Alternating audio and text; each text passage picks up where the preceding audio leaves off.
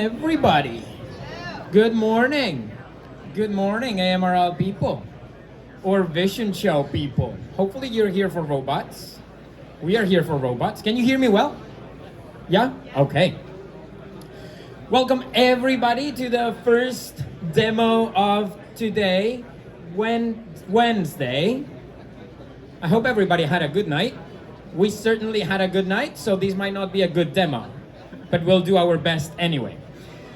We're gonna start the day with interoperability, talking about interoperability, which is kind of a big deal for everybody. Seems like everybody here at the show come and talk about interoperability one way or another.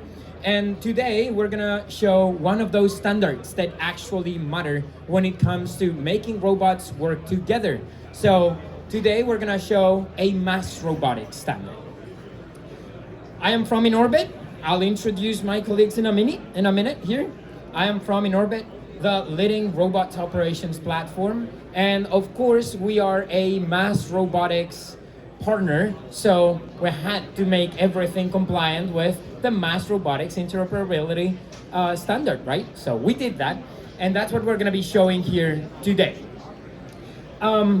This is fairly early for the standard. As far as I remember, there was a demo last year that you guys did, and it went really well. It was the very first version of the MassRobotics Interop standard, and you guys were able to show how robots could connect, and that was pretty much it for standard.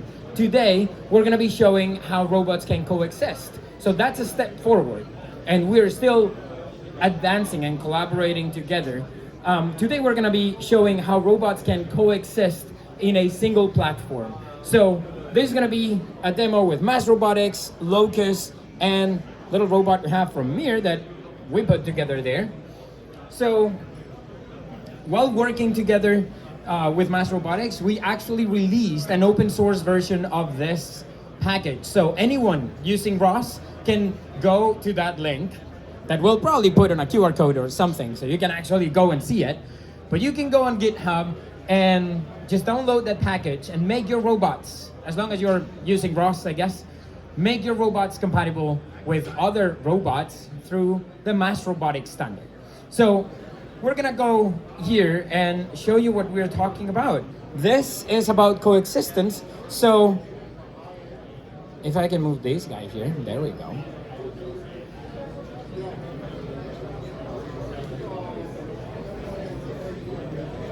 Oh, come on. Okay. So this is not an InOrbit demo, but I have to use InOrbit to show you what we're talking about here. At InOrbit, obviously, we have to deal with a lot of robots. This is robot operations. This is interoperability. So what we're doing is making every robot coexist within the same platform. So we have a number of robots here on our platform. In this case, we're gonna show just this MassRobotics warehouse that we set up here. In case you didn't notice, this is a warehouse, of course. And if we come here into one of the robots that we have, whoops, there we go. So here you can see information of this regarding this robot. We are connecting these two robots via two different means. The vector robot, Locus Robotics robot, is actually using the MassRobotics interoperability standard.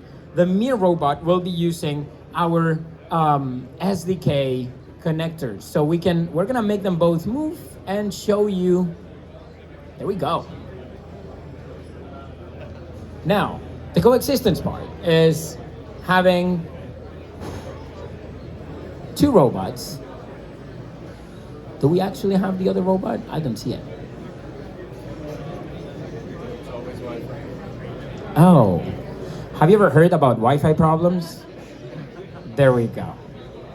So our other robot, Vector, will show up in a minute here. Obviously, this is a nice map where the other robot will probably connect, but this is coexistence. So what we're doing is showing how two robots that speak completely different languages can connect and coexist in a single platform by using this MassRobotics standard. We got it now? Oh, there you go. So that's, I guess the contrast on that monitor is different, but you can see the Mir robot on the left side of the screen. You can see the Locus robot as a little arrow there. I don't see the shape actually. Whatever. Yeah. So we're gonna go back to our fleet here. Make sure we select.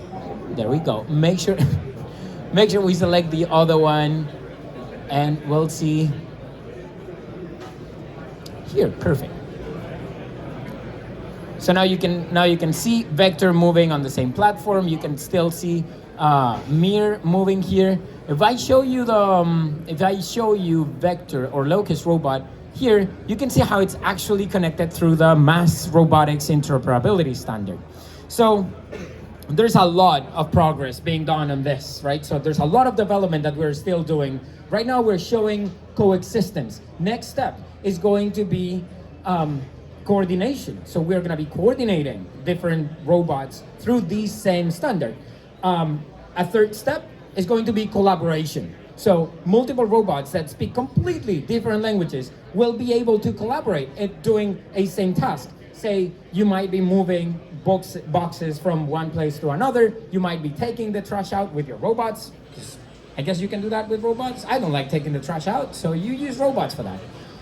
And you can make multiple vendors, multiple companies that have incredibly cool robots like our Vector here, do the same task, collaborate on the same task, thanks to interoperability standards like the MassRobotics. So, Jason, from Locus, do you want to tell us about Vector here?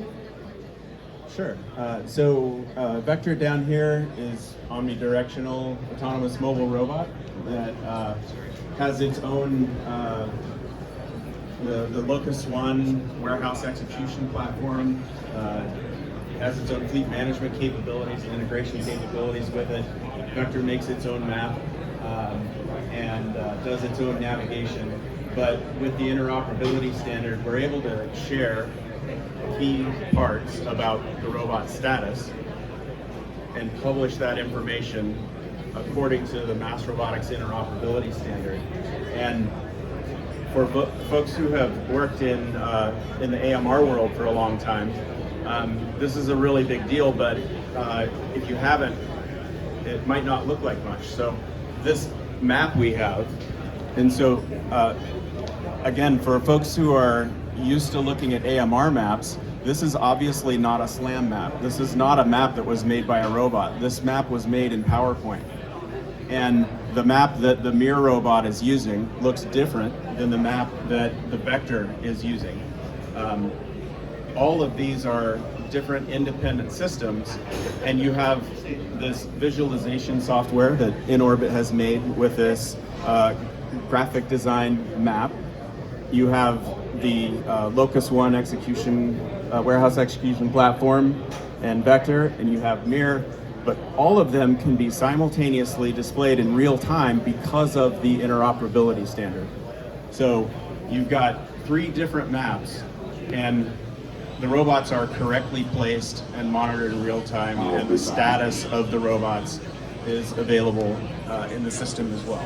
And so that ability to have 3 different vendors display the status of the robots and the location of the robots, and do it, frankly, pretty easy. Like when we came in this morning to set this up, it took us, 20 minutes to configure the system yesterday or Monday. So once the interoperability standard is implemented, as we have it on the Vector, then it's just a matter of turning it on. And when we turned it on and put in the right parameters to connect to the InOrbit system, that took minutes. And then today, all I had to do to get it set up was click one button, and it started it, and it displayed it. So that's the kind of thing that a couple of years ago would have taken months of development of proprietary code.